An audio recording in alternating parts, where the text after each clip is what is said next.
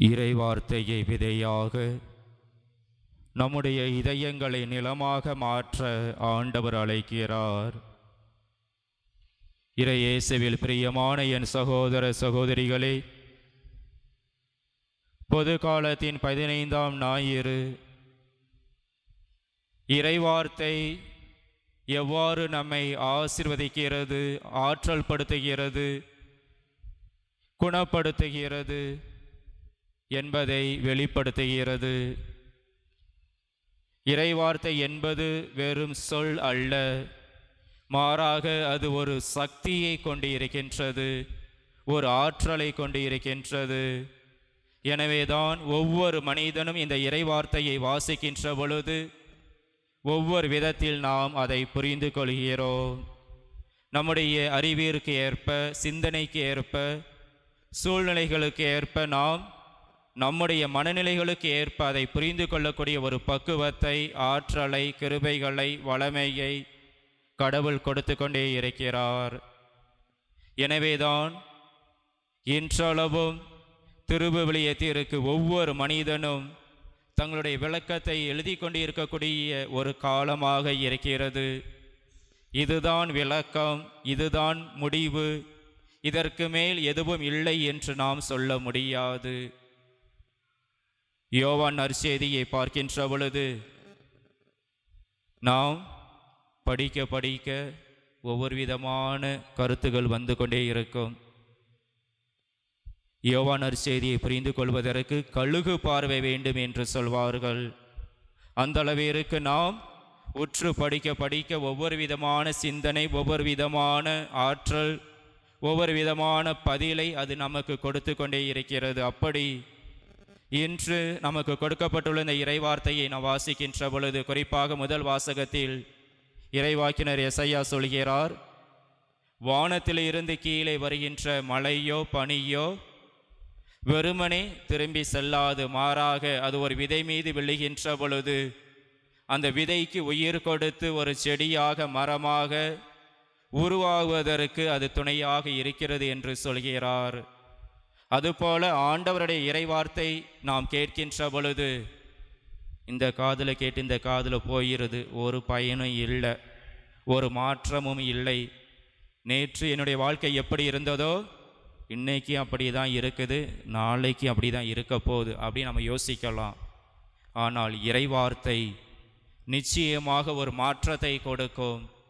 எப்போது நாம் நம்முடைய செவியை கொடுத்து அந்த இறைவார்த்தைக்கு செவிமெடுக்கின்றோமோ, எப்போது அந்த இறைவார்த்தையை நாம் உள்ளார உணர்ந்து அதனுடைய பயனை பெற விரும்புகின்றோமோ, அப்போது அது நமக்கு 100 மடங்காக, 30 மடங்காக, 60 மடங்காக அதனுடைய பயனை கொடுத்து கொண்டே இருக்கும். இதற்கு முக்கிய விளக்கமாக நாம் சொல்கின்ற பொழுது, புனித அகுஸ்தீனார் யாருக்குமே தெரியாத புனிதர் அல்ல, பெரிய புனிதர், பல புத்தகங்களை எழுதியவர், சிறு வயதில் இருந்து கொலையை தவிர அனைத்து விதமான பாவ செயல்களை செய்தவர், இறைவன் மீது நம்பிக்கை இல்லாமல், நாட்டம் இல்லாமல் தன்னுடைய வாழ்க்கையை வாழ்ந்தவர். இப்படி இறைவன் மீது எந்த ஒரு பற்றுறுதியும் விசுவாசமும் இல்லாமல் வாழக்கூடிய தன்னுடைய மகனுக்காக அவருடைய அன்பு தாய் புனித மோனிகா ஒவ்வொரு நாளும் இறைவனிடம் கண்ணீர் விட்டு ஜெபித்தார். எப்படியாவது என்னுடைய மகனுக்கு ஒரு மனமாற்றத்தை கொடுத்தருளும், ஒரு புத்தியை கொடுத்தருளும், உம்மிடம் திரும்பி வருவதற்கான ஒரு வாய்ப்பை கொடுத்தருளும் என்று அவர் ஜெபிக்காத நாளே கிடையாது. 34 வயதில் திருமுழுக்கை பெற்ற புனித அகஸ்தீனார் ஒரு நாள் தோட்டத்தில் அவர் தனியாக அமர்ந்திருக்கின்ற பொழுது ஒரு குழந்தையை போல ஒரு குரல் கேட்கின்றது, எடு படி என்ற வார்த்தை.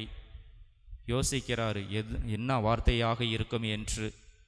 மீண்டும் அதே குரல், எடு படி என்ற வார்த்தை வருகின்ற பொழுது பக்கத்தில் இருக்கக்கூடிய அந்த திருவிவிலியத்தை எடுத்து அவர் திறக்கின்ற பொழுது பார்க்கக்கூடிய வார்த்தை, உரோமையருக்கு எழுதிய திருமுகத்திலே அதிகாரம் 13 இறைவார்த்தை 13-14 எடுத்து வாசிங்க. இப்போ நீங்கள் எடுங்க, படிங்க. உரோமையருக்கு எழுதிய திருமுகம் அதிகாரம் 13 இறைவார்த்தை 13, 14.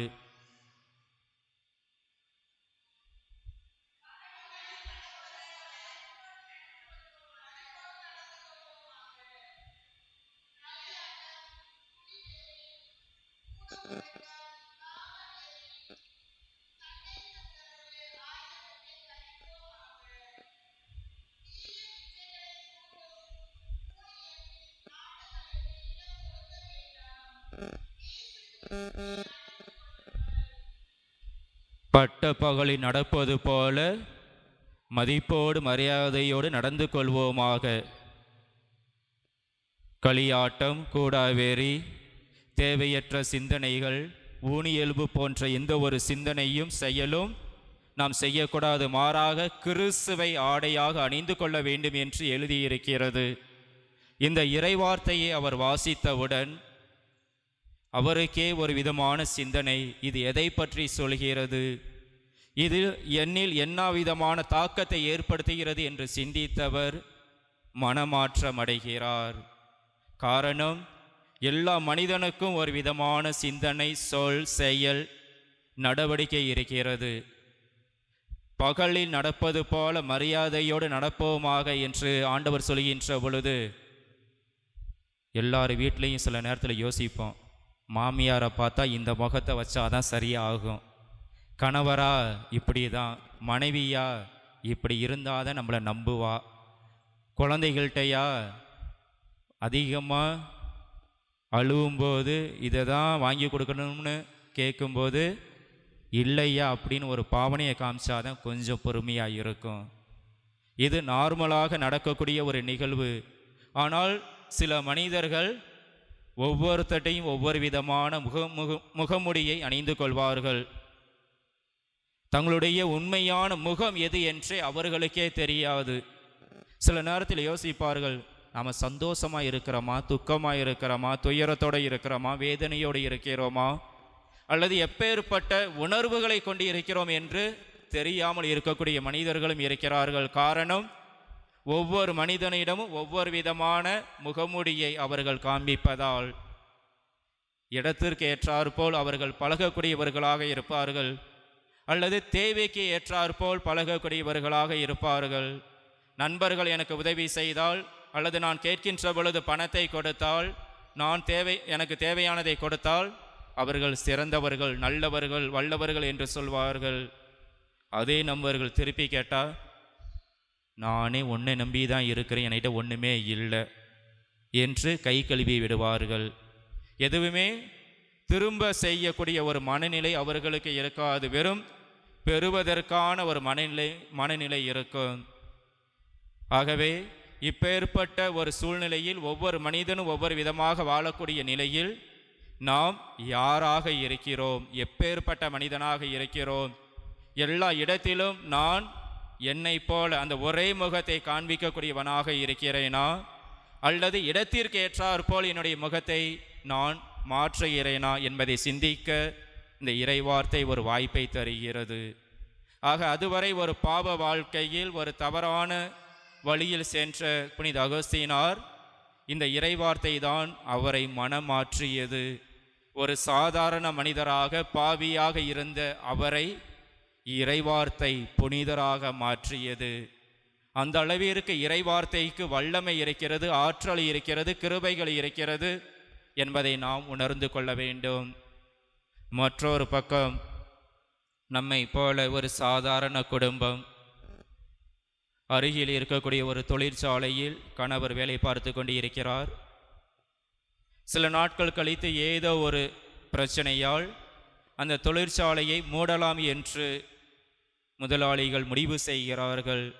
அந்த செய்தி அனைத்து விதமான தொழிலாளர்களுக்கு வருகின்ற பொழுது இவருக்கு ஒரே பயம், இந்த வேலையை வச்சு தானே என் குடும்பத்தை நடத்த முடியுது, 2 பிள்ளைகள் இருக்கிறார்கள், அவர்கள் படிப்பதற்கு தேவையான வசதியை நான் என்ன செய்ய போகிறேன், எப்படி ஏற்பாடு செய்ய போகிறேன், எந்த அளவிற்கு என்னுடைய குடும்பத்தை நடத்தப் போகிறேன் என்று யோசித்தவராக, வருமானம் இல்லாமல் தவிக்க போகிறோமே என்று யோசித்த அவர் மருந்து கடைக்கு போயிட்டு விஷ மருந்தை வாங்கிக்கிட்டு வீட்டுக்கு வர்றாரு. ஏற்கனவே மனைவியிடம் பேசி வைத்திருந்ததால் 2 பேரும் சொல்கிறாங்க, பொழப்பு ஒன்றும் இல்லை, வெறுமனே இப்போ ஏற்பட்ட ஒரு துன்பத்தை துயரத்தை வேதனை அனுபவிக்கிறதுக்கு பேசாமல் அந்த மருந்தை சாப்பிட்டு நிம்மதியாக செத்தரலாம். எதுக்கு நம்ம வாழணும்? எந்த ஒரு வசதியும் இல்லை, வாய்ப்பும் இல்லை, இருந்த வேலையும் போய்விட்டது என்று யோசிக்கின்ற பொழுது அவங்களுக்கு ஒரு பழக்கம் இருந்துச்சு. ஒவ்வொரு நாளும் இரவு படுக்க போகிறதுக்கு முன்னாடி திருவிவிலியத்தை வாசிக்கக்கூடிய ஒரு சிறிய பழக்கம். உடனே வீட்டுக்காரம்மா கணவர்கிட்ட சொல்லுது, சரி எப்படி இருந்தாலும் சாக தான் போகிறதுக்கு முன்னாடி இன்னைக்கு உள்ள அந்த இறைவார்த்தையை நம்ம வாசிச்சுட்டு அந்த விஷமருந்தை எல்லாருமே சாப்பிடுவோம் அப்படின்னு முடிவு பண்ணிட்டு வாசிக்க ஆரம்பிக்கிறாங்க. மத்தேயு நற்செய்தி அதிகாரம் 6 இறைவார்த்தை 25 நாம் தொடர்ந்து வாசிக்கின்ற பொழுது அந்த வானத்து பறவைகளை எவ்வாறு ஆண்டவர் பராமரிக்கிறார் என்பதை பற்றி அதில் கூறியிருக்கிறது. வானத்து பறவைகள் விதைப்பதுமில்லை, அறுப்பதுமில்லை, களஞ்சியத்தில் சேர்த்து வைப்பதுமில்லை, ஆனால் அவற்றிற்கும் ஆண்டவர் உணவை கொடுக்கின்றார். அந்த வானத்து பறவைகளையும் விலங்குகளையும் ஆண்டவர் பராமரிக்கிறார். தீயில் இடப்பட்டு எரிய போகின்ற அந்த காற்று புல்லை கூட ஆண்டவர் பராமரிக்கிறார் என்றில் இவற்றை விட நீங்கள் மேலானவர்கள், உயர்ந்தவர்கள். அவருடைய சாயலில் இருக்கக்கூடிய நம்மை அவர் கைவிடுவதில்லை என்பதை சொல்கிறது.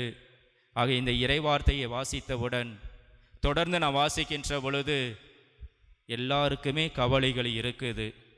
நம்ம எப்போவுமே இன்னைக்கு இருக்கிற கவலையை விட்டுட்டு நாளைக்கு இருக்கக்கூடிய கவலையை தான் யோசிப்போம்.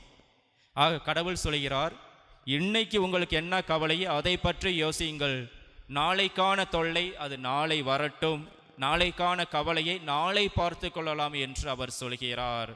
ஆக ஆண்டவரோடு நாம் இருக்கின்ற பொழுது எப்பேற்பட்ட பிரச்சனையிலிருந்து வெளிவர முடியும் என்பதை இந்த இறைவார்த்தை அறிவுறுத்துகிறது. இந்த வசனத்தை வாசித்த உடனே அந்த விஷமருந்தை குடித்து செத்தரலாம் நினச்ச அந்த தம்பதியினர் குழந்தைகளோடு உயிரை மாய்த்து கொள்ள வேண்டும் என்று நினைத்து அவர்கள் எண்ணத்தை மாற்றிக் கொள்கிறார்கள். வானத்து பறவையே கடவுள் பார்க்கிறார், நம்ம அவர் பராமரிக்க மாட்டாரா? நம்ம பார்த்துக்க மாட்டாரா? கடவுள் கையில் நம்முடைய வாழ்க்கையை ஒப்படைப்போம், அவர் பார்த்து கொள்வார் என்ற எண்ணத்தோடு அந்த தவறான முடிவை கைவிட்டு விடுகிறார்கள். கொஞ்ச நாள்லேயே மீண்டும் ஒரு அறிவிப்பு வருகிறது. எந்த தொழிற்சாலையை மூட இருந்தார்களோ அதை அவர்கள் மூடப் போவதில்லை, மாறாக மீண்டும் அந்த தொழிற்சாலை இயங்கப் போகிறது என்ற செய்தியை கேட்கின்ற பொழுது அவர்களுடைய முகத்திலே ஒரு மகிழ்ச்சி. ஒருவேளை அவர்கள் அந்த திருவிவிலியத்தை வாசிக்காமல், அந்த மத்தேயு நற்செய்தி அதிகாரம் 6 கொடுக்கப்பட்டுள்ள இறைவார்த்தையை வாசிக்காமல் எடுத்த முடிவு சரிதான், இனி வாழ்வதில் எந்த ஒரு பயனும் இல்லை என்று அவர்கள் யோசித்திருந்தால் இறந்திருப்பார்கள், உயிரோடு இருக்க வாய்ப்பு இல்லை. மாறாக அவர்களுடைய அந்த பயணம், அந்த இறைவார்த்தை அவர்களை காப்பாற்றி இருக்கிறது.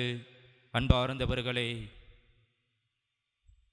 ஆண்டவருடைய இறைவார்த்தை ஒருபோதும் நம்மை கைவிடுவதில்லை, நம்மை தோற்கடிப்பதில்லை, நம்மை விட்டு வெளியே வெறுமனை செல்வதில்லை. மாறாக அந்த வானத்திலிருந்து வரக்கூடிய மழையைப் போல, பனியைப் போல, எவ்வாறு அவை விதைகளுக்கு ஒரு நீராக அமைந்து அதை முளைக்க செய்கிறதோ அதுபோல துயரத்தோடு இருக்கக்கூடிய நமக்கு ஆறுதலை கொடுக்கக்கூடிய இறைவார்த்தையாக இருக்கிறது. வேதனையோடு இருக்கின்ற பொழுது நமக்கு வலுவை கொடுக்கக்கூடிய இறைவார்த்தையாக இருக்கிறது. தொய்வற்று இருக்கின்ற பொழுது வளமையோடு வாழ்வதற்கு தேவையான வரங்களை கொடுக்கக்கூடிய இறைவார்த்தையாக இருக்கிறது. ஆகவே ஒவ்வொரு நாளும் திருவிவிலியத்தை வாசியுங்கள். ஒவ்வொரு நாளும் கொஞ்சம் நாளும் திருவிவிலியத்தை ஒரு 2 நிமிடம் 5 நிமிடம் குடும்பமாக இணைந்து வாசித்து பாருங்கள், மாற்றம் நிகழும். இதுவரை நாம் எதிர்பார்க்கக்கூடிய மாற்றத்தை நாம் நிச்சயமாக பார்ப்போம். எங்கே மாற்றம் வரப்போகுது அப்படின்னு நம்ம யோசிக்கலாம். செஞ்சு பார்த்தா தான் தெரியும். செய்யாமலே நம்ம முடிவை எதிர்பார்ப்போம்.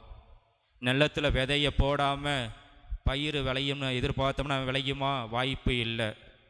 சரியான நிலத்தில் விதையை போட்டால் தான் அது முளைக்கும். அதை விட்டுப்பட்டு இது என் நிலம், அது காலம் வந்துருச்சு விளைஞ்சிரும், அறுவடைக்கு மட்டும் நான் போனால் போதும் அப்படின்னு யோசித்தோம்னா பகல் கனவு கண்டுக்கிட்டே இருக்கலாம். நம்முடைய ஆசை ஏக்கம் அளவுக்கு அதிகமாக இருக்கலாம், ஆனால் பயனில்லாமல் போகிவிடும். ஆசைப்படுவதை விட அந்த ஆசையை நிறைவேற்றுவதற்கான வழிமுறைகளை நாம் செய்ய வேண்டும். அதுபோல இறைவார்த்தையை நாம் வாசிக்க வேண்டும். வெறுமனே எங்களுடைய அலமாரியில் இருக்குது, வீட்டு கபோர்டில் வச்சுருக்கிறோம், இல்லை செல்ஃபில் வச்சுருக்கிறோம், திருவிவிலியத்தை பத்திரமாக வச்சுருக்கிறோம். வாரத்தில் ஒரு நாள் வீட்டுக்கெல்லாம் சாம்பிராணி போடும்போது திருவிவிலியத்தையும் மறக்காமல் சாம்பிராணி போட்டு பயபக்தியோடு வச்சிருக்கிறோம் அப்படின்னு சொல்வதில் அழகு இல்லை, பெருமை இல்லை. மாறாக தூசியோட ஓரமாக ஒதுக்கி மூலையில் வச்சிருக்கக்கூடிய அந்த திருவிவிலியத்தை எடுத்து சுத்தப்படுத்தி இன்றிலிருந்து வாசிக்க தொடங்குங்கள். இன்றிலிருந்து இறைவார்த்தையை கேட்க முயற்சி செய்யுங்கள். ஆண்டவர் சொல்வது போல கேட்க செவியுள்ளோர் கேட்கட்டும் என்று சொல்வது போல எப்போது நாம் இறைவார்த்தையை கேட்கின்றோமோ அப்போது அதனுடைய பயனை பெறக்கூடிய பிள்ளைகளாக நாம் மாறுகிறோம். ஆகவே நாம் திருவிவிலியத்தில் வாசிப்பது போல பழைய ஏற்பாட்டில் பார்த்தோம்னா ஆபிரகாம் 99 வயசு வரைக்கும் குழந்தை இல்லை. ஆண்டவர் மீது அதீத பக்தியோடு இருந்தவர். நம்மளை போல ஜெபித்தவர். ஆனால் ஆண்டவர் மீது இருந்த அந்த விசுவாசத்தை முழுமையாக கைவிடவில்லை. நாம் யோசிச்சிருப்போம், 1 வருஷம் 2 வருஷம் 3 வருஷம் 10 வருஷம் கடவுளையே சார்ந்து இருந்தேன், ஒன்றும் பயனும் இல்லை, இனி அவரை நான் ஏன் நம்ப வேண்டும், அவரை ஏன் அணுக வேண்டும் என்று வேறு வழியில் சென்று இருப்போம். ஆனால் ஆபிரகாம் இறுதி வரை ஆண்டவரோடு கடவுளோடு பயணித்தவராக இருந்தார். ஆகவேதான் இன்று நாம் அனைவருக்கும் நம்பிக்கையின் தந்தையாக அவர் திகழ்கிறார். அதே நேரத்தில் மன்னர் தாவீதை பார்க்கின்ற பொழுது 40 வருடங்கள் ஆட்சி செய்த அவர் ஒரு நேரத்தில் தவறு செய்கிறார். அவர் செய்த தவறை நாத்தான் வழியாக அந்த இறைவார்த்தையை அவர் வெளிப்படுத்துகின்ற பொழுது தான் செய்த அந்த குற்றத்தை பாவத்தை உணர்ந்து மனமாறியவராக அவர் இருக்கிறார். ஆக இறைவார்த்தை ஒருவருக்கு குழந்தை பாக்கியத்தை கொடுக்கின்றது, ஒருவருக்கு மனமாற்றத்தை அளிக்கின்றது. அதே நேரத்தில் நம்முடைய அன்னை மரியாள் அந்த இறைவார்த்தைக்கு செவி சாய்த்ததால் தான் நமக்கு மீட்பு கிடைத்தது. ஒருவேளை இந்த மக்கள் இறைவார்த்தைக்கு செவி சாய்க்காமல் இருந்திருந்தால் உலகம் வேறு விதமாக மாறியிருக்கும், வேறு விதமான சூழ்நிலையில் நாம் இன்று வாழ்ந்து இருப்போம். அன்று அவர்கள் செவி சாய்த்ததால் இன்று நாம் நம்முடைய விசுவாசத்தை காத்து கொள்வதற்கு, அந்த விசுவாசத்தில் வளர்வதற்கு ஒரு வாய்ப்பு அமைந்திருக்கிறது. ஆகவே இணைந்து மன்றாடுவோம், இணைந்து சொல்வோம். நாம் சொல்லக்கூடிய ஜெபம் எல்லாருமே சேர்ந்து சொல்லுங்க. அன்பார்ந்த இறைவா, உம்முடைய இறைவார்த்தையை எங்கள் வாழ்வின் ஒளியாக சுடர செய்தருளும். உம்முடைய இறைவார்த்தையை வாசிக்கக்கூடிய ஆற்றலை கொடுத்தருளும். உம்முடைய இறைவார்த்தையை கேட்கக்கூடிய செவியை கொடுத்தருளும். உம்முடைய இறைவார்த்தை எங்களுடைய வேதனைகளை போக்குவதற்கான வழியை கொடுத்தருளும். உம்முடைய இறைவார்த்தை எங்களுடைய துக்கத்தை துயரத்தை துடைத்தருள உதவி செய்தருளும். உம்முடைய இறைவார்த்தை நாங்கள் எந்நாளும் மகிழ்ச்சியோடு வாழ உறுதுணையாக இருந்தருளும். ஆமென்.